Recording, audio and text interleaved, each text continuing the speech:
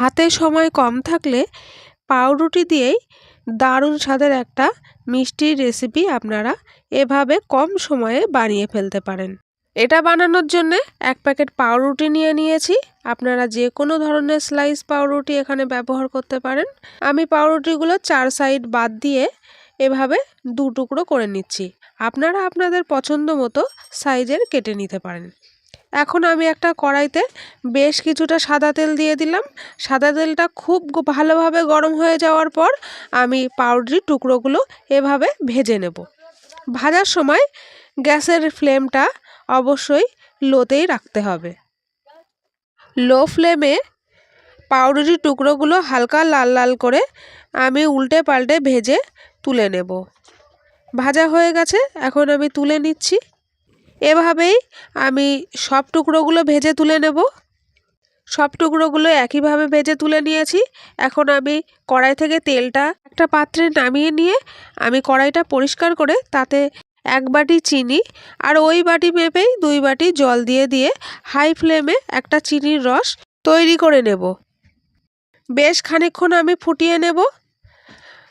বেশ খানিকক্ষণ ফুটিয়ে নেওয়ার পর হাই ফ্লেমে আমি 2টো এলাচ দিয়ে দিলাম ফাটিয়ে। তারপরে আরও বেশ খানিকক্ষণ ফুটিয়ে নেওয়ার পর এভাবে একটা চটচটে রসে পরিণত হয়েছে। এখন আমি একটা বাটিতে নামিয়ে নিলাম চিনির শিরাটা। নামিয়ে নেওয়ার পর গরম অবস্থাতেই আমি দিয়ে দেব ভেজে রাখা পাউরুটির টুকরোগুলো।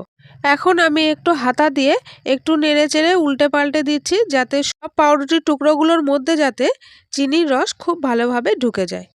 হাতা দিয়ে এভাবে উল্টে পাল্টে নেওয়ার পর আমি একটা প্লেট দিয়ে ঢাকা দিয়ে রাখবো এক পাশে। এখন একটা কড়াইয়ের মধ্যে আমি বেশ 250 গ্রামের মতো লিকুইড দুধ নিয়ে নিলাম। দুধটা অল্প গরম হলেই দিয়ে দেবো 3 টেবিল চামচ গুঁড়ো দুধ। তারপরে আমি খুন্তি দিয়ে এভাবে নাড়তে থাকবো। নাড়তে নাড়তে একটা ক্রিমের মতো তৈরি করে নেব। ক্রিমের মতো হয়ে যাচ্ছে। এখন আমি দিয়ে দিলাম যে চিনির রস তৈরি করেছিলাম তার থেকে একটু দিয়ে দিলাম 3 টেবিল চামচের মতো। দিয়ে আবারও আমি নাড়তে নাড়তে একটা ক্রিমে পরিণত করে নিলাম।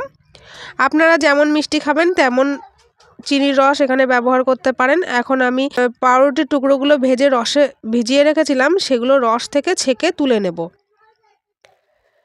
রস থেকে এভাবে ছেঁকে আমি তুলে নিচ্ছি। তুলে একটা প্লেটে সাজিয়ে নিচ্ছি। প্লেটে সাজিয়ে নেওয়া হয়ে গেছে। এখন আমি এর ওপরে 1 চামচ করে যে ক্রিমটা বানিয়ে নিলাম সেই ক্রিমটা 1 চামচ করে দিয়ে দেব। দেওয়ার পরে আর একটা টুকরো ওর ওপরে চাপিয়ে দেব।